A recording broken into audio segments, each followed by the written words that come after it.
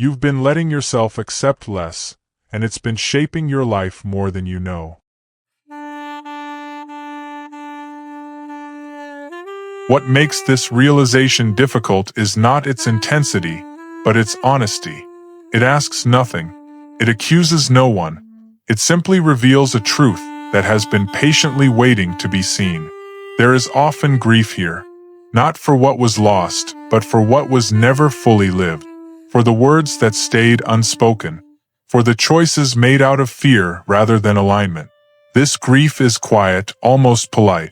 It does not demand attention, yet it lingers. The mind may try to dismiss it, to explain it away as restlessness, as ingratitude, as something that will pass. But the realization persists, not as urgency, but as clarity. It becomes evident that settling did not remove pain, it only postponed it. That safety came at the cost of aliveness, and that avoiding loss did not protect the heart from emptiness. This is not a moment of decision. It is a moment of recognition, a gentle understanding that something true has been waiting beneath all the compromises, patiently asking to be acknowledged. Healing does not begin with change. It begins with capacity, with the slow understanding that the heart can hold more than it once believed. More uncertainty, more truth, more emotional weight without collapsing. For a long time, less felt safer because more felt overwhelming. Desire carried risk. Hope felt expensive. So the self learned to stay within narrow emotional limits, where disappointment could be managed and loss could be predicted. But over time, something shifts quietly. Not into courage, but into steadiness.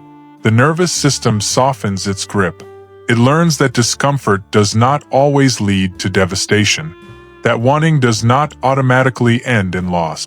This is not about demanding more from life. It is about allowing desire to exist without immediately silencing it.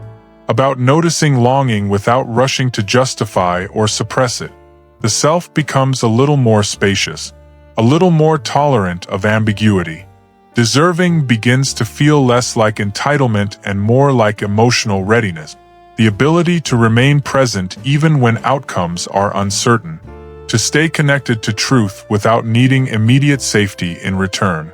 In this space, settling loses some of its urgency. Not because fear disappears, but because fear is no longer the only voice in the room. Healing here is not action. It is permission.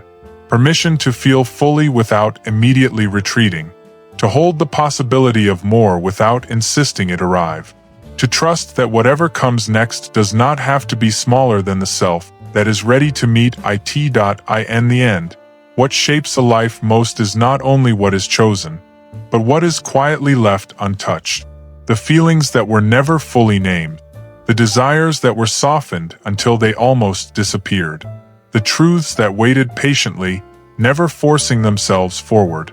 Accepting less leaves behind a particular kind of silence. Not empty, but filled with echoes of what once wanted to be felt more deeply. This silence is not a punishment. It is a record, a gentle archive of every moment when safety was chosen over expansion, when protection mattered more than possibility. There is no judgment here, only understanding, because every version of settling was once an attempt to survive. To remain intact, to avoid breaking under the weight of uncertainty. Yet something remains, a quiet awareness that does not fade with time. The sense that life responds differently when met with fullness, that something essential opens when truth is allowed to breathe, even softly. This story does not end with resolution. It ends with presence, with the ability to notice what has been accepted, and what still waits quietly without urgency. Some people never stop choosing less. Others simply learn to listen more closely to what they feel beneath that choice. Both are human. Both are understandable. And perhaps that is the final reflection. That accepting less was never the absence of worth, but the evidence of how deeply the heart wanted to be safe. What remains unsaid is not a failure. It is an invitation. Not to act, not to change, but to recognize what has always been quietly true. Sometimes, the quietest decisions shape an entire life. Not the loud failures, not the dramatic endings, but the moments when something smaller is accepted. A softer truth, a narrower dream, a love that almost fits. It often begins as self-preservation.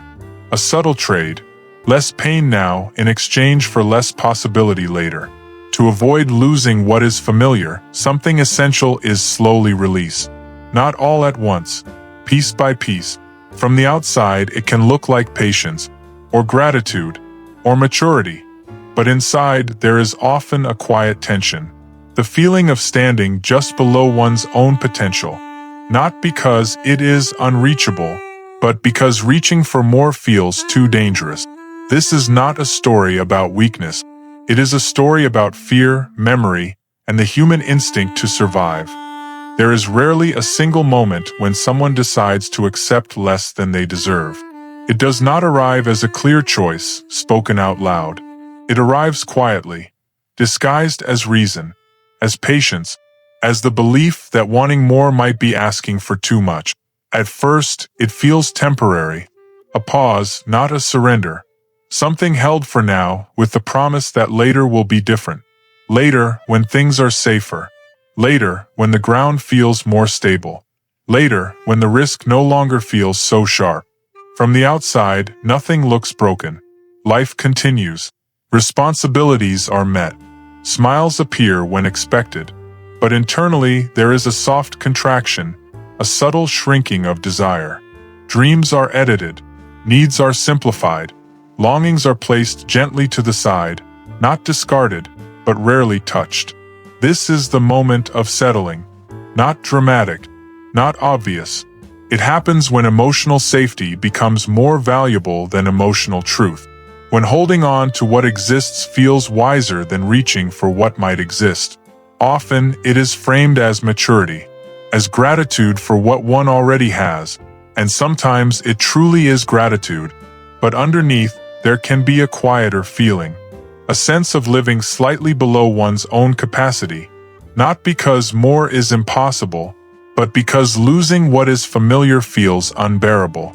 In this space, less begins to feel acceptable, not because it fulfills, but because it protects.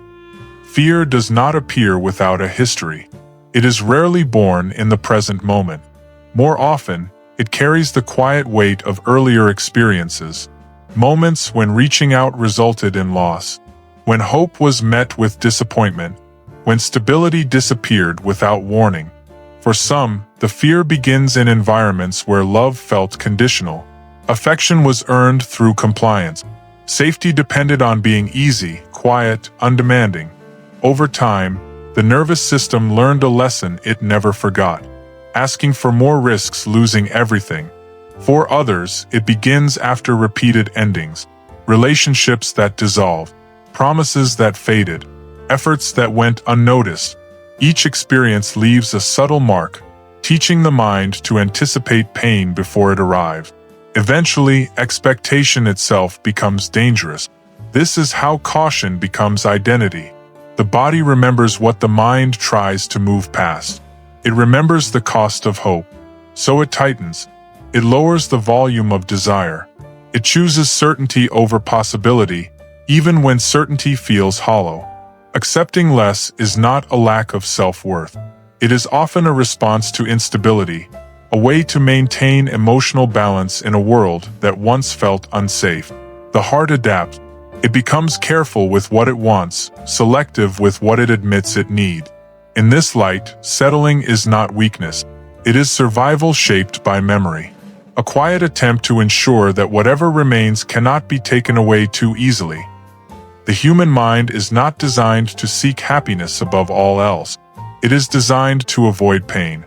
This is why loss often feels heavier than gain feels joyful. Why the thought of losing something familiar can create more fear than the possibility of something better creates hope.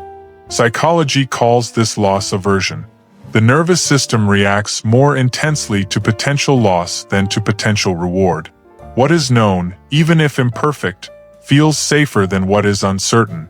Familiar discomfort becomes preferable to unfamiliar possibility. Attachment patterns deepen this response. When early connections were unpredictable, the mind learns to cling to what is available rather than risk abandonment. The fear is not just of losing a situation, but of losing emotional grounding itself. Security becomes more important than fulfillment. Over time, the brain reinforces this pattern. Each choice to settle reduces immediate anxiety. The relief feels like confirmation that the decision was right. Neural pathways strengthen around avoidance, not desire. What begins as protection slowly becomes habit. This is why accepting less can feel calm on the surface. There is less risk, less tension, fewer unknowns.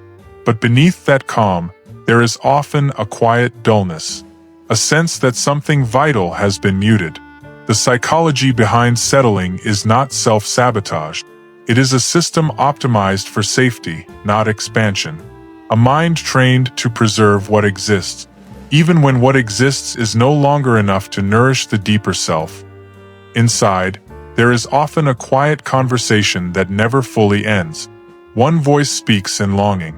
It remembers what once felt possible. It senses that something more exists, something truer, wider, more alive. The other voice speaks in caution. It reminds the mind of what happened before, of how loss felt, of how fragile stability can be. It asks for restraint, for realism, for patience that slowly becomes permanent. This is the inner negotiation, not loud enough to be noticed by others, often not even loud enough to be recognized as conflict. It sounds reasonable, practical, protective. Desire is questioned. Is this need valid, or is it selfish? Is this longing necessary, or simply risky? Over time, the questions wear down the wanting itself. The heart learns to whisper instead of speak. Resistance does not always feel like fear. Sometimes it feels like logic, like maturity, like emotional control. But beneath it there is often grief. The grief of sensing a fuller life and choosing not to touch it. The mind becomes skilled at explaining why less is enough, why staying is wiser than leaving, why silence is safer than truth. Each explanation reduces tension, but also reduces clarity. Eventually, the conflict quiets, not because it is resolved, but because one side has learned to step back. The longing waits patiently, unexpressed, still present, still listening. The realization does not arrive as a sudden awakening. There is no dramatic moment when everything becomes clear. Instead, it appears gently, in quiet dissatisfaction, in the sense that something essential has been missing for a long time. It might surface during still moments, in the pause after laughter fades, in the silence that follows achievement, in the question that rises unexpectedly, is this all there is?